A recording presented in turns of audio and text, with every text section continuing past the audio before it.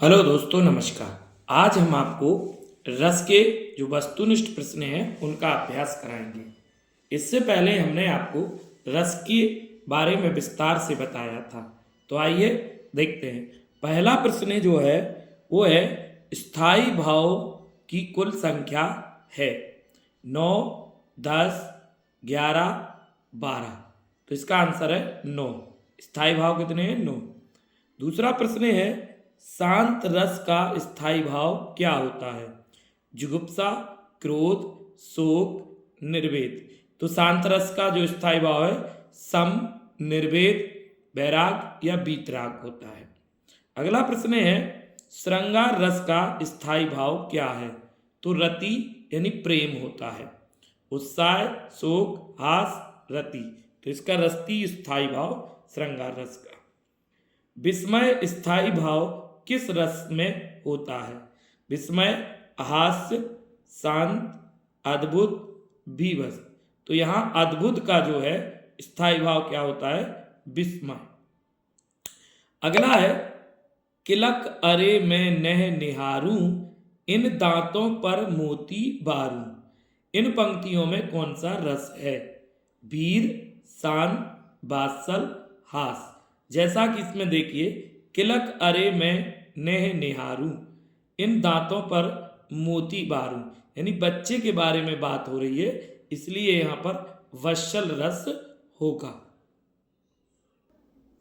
अगला क्वेश्चन है अति मलिन ब्रस भानु कुमारी, अधोमुख रहित उरध नाही, चितबती ज्यों गत हारे, थकित जुआरी, लूटे चिहुर बदन कुम्हिलाने, ज्यों लननी न लिनी हिमकर की मारी। इन पंक्तियों में कौन सा रस है? तो यहां पर देखिएगा एक वियोग की बात हो रही है। अति मलिन ब्रस भानु कुमारी, अधोमुख रहित उरद नाही, चितबाती ज्यों गत हारे, तखित जुआरी। तो यहाँ वियोग की बात हो रही है, इसलिए यहाँ पे विप्रलम्ब श्रृंगार रस होगा, अर्थात वियोग श्रृंगार होगा। अगला है सर्वश्रेष्ठ रस किसे माना जाता है? तो सर्वश्रेष्ठ रस है श्रृंगार रस। रसों का राजा श्रृंगार रस। कवि बिहारी मुख्य किस रस के कवि थे? तो बिहारी जी जो थे वो करुण, भक्ति, श्रृंगार या वीर। तो श्रृंगार रस के कवि थे कवि बिहारी। अगला प्रश्न है मेरे तो गिरधर गोपाल दूसरो ना कोई, जाके सिर मोर मुकुट मेरो पति सोई। तो यहां पर क्या हो रहा है कि भगवान की बात हो रही है, अर्थात इसमें जो रस होगा वो शांत, श्रृंगार, करुण या हास होगा। तो यहां पर श्रृंगार रस होगा, क्योंकि जो है पति किसको माना गया है? गिरधर को। तो यहां पर श्रृंगार रस होगा। आइए अगला प्रश्न है शोभित कर नवनीत लिए, घुटरून चलत रेणु तन मंडित, मुख दधि लेप किए। इन पंक्तियों में कौन सा रस है? तो यहां देखिएगा शोभित कर नवनीत लिए, घुटरून चलत रेणु तन मंडल, मुख दही लेप किए। यानी मुख में दही लेप करते हुए जो है भगवान कृष्ण चल रहे हैं। तो इन पंक्तियों में कौन सा रस है? श्रृंगार, हास, करुण, वात्सल। तो यहाँ पर दोस्तों जो है आपका कौन सा रस होना चाहिए? यहाँ पर होना चाहिए वात्सल रस, क्योंकि बच्चे की बात हो रही है। अगला प्रश्न है रसोत्पत्ति में आश्रय की चेष्टाएं क्या कही जाती हैं? तो यहाँ पर इनको अनुभाव कहते हैं। यानी रस की उत्पत्ति जिन चेष्टाओं से होती है उनको हम अनुभाव कहते हैं। ट, ठ, ड, ढ वर्णों के प्रयोग का संबंध काव्य के किस गुण से है? तो यहाँ पर ओज गुण से इसका संबंध है। अगला माधुर्य गुण का किस रस में प्रयोग होता है? तो माधुर्य गुण का प्रयोग श्रृंगार रस में होता है। अगला प्रश्न है प्रिय पति भय मेरा प्राण प्यारा कहाँ है, दुख जलनिधि डूबी का सहारा कहाँ है। इन पंक्तियों में कौन सा स्थाई भाव है। तो देखिए दुख की बात हो रही है, और जब दुख की बात होती है तो आपको बताया कि उसका स्थाई भाव क्या होता है, शोक होता है। अगला प्रश्न है रस कितने प्रकार के होते हैं? 3, 7, 8, 9। तो रस 9 प्रकार के होते हैं। इसका डी आंसर राइट होगा। अगला प्रश्न है ऊधो मोई ब्रज बिसरत नाही, हंस सुता की सुंदर कगरी और द्रुमन की छाही। इन पंक्तियों में कौन सा रस है? तो यहाँ पर श्रृंगार, हास, वीर या करुण। तो यहाँ पर कौन सा रस है? यहाँ पर श्रृंगार रस है, क्योंकि नायक और नायिका के वियोग की बात यहाँ पर हो रही है। ऊधो मोही ब्रज बिसरत नाही, हंस सुता की सुंदर कगरी और द्रुमन की छाही। तो यहाँ पर रस श्रृंगार होगा। हिंदी साहित्य का 9वां रस, तो 9वां रस दोस्तों शांत रस को कहा जाता है। उस काल मारे क्रोध के तन कांपने उसका लगा, मानो हवा के जोर से सोता हुआ सागर जगा। तो यहाँ बात क्रोध की हो रही, और क्रोध किस में होता है? रौद्र रस में, इसलिए इसका आंसर बी होगा। अगला है वाक्यम रसात्मक काव्यम, किसका कथन है?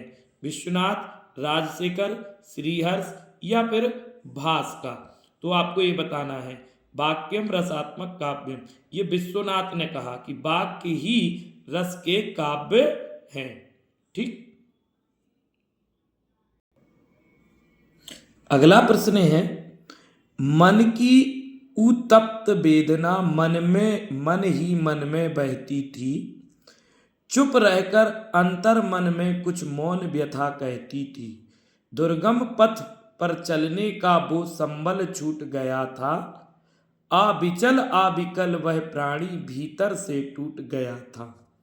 उपरोक्त काव्य पंक्तियों में कौन सा रस अभिव्यंजित हो रहा है? शांत, वियोग श्रृंगार, करुण या फिर वत्सल? तो यहाँ पर जो है करुण रस की बात हो रही है। मन की उत्तप्त वेदना मन ही मन में बहती थी। करुण माने होता है आपका शोक।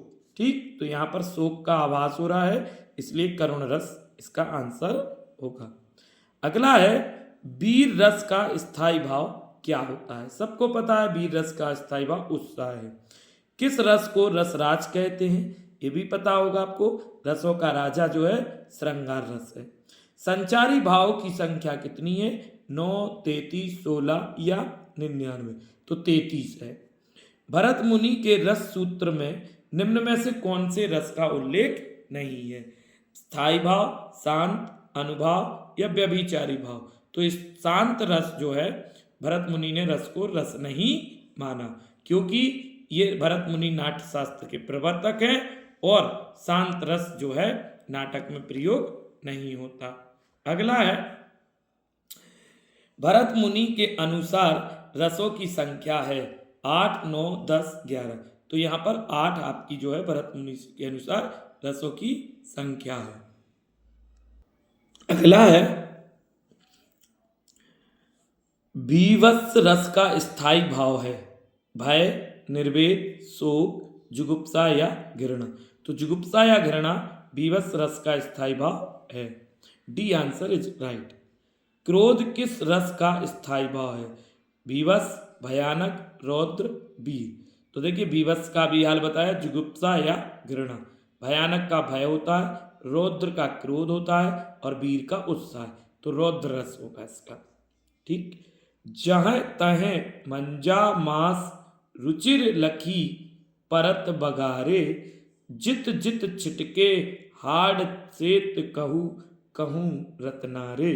तो यहाँ पर बात भैया घृणा की हो रही है, और घृणा जो है वो बीभत्स रस का स्थायी भाव होता है।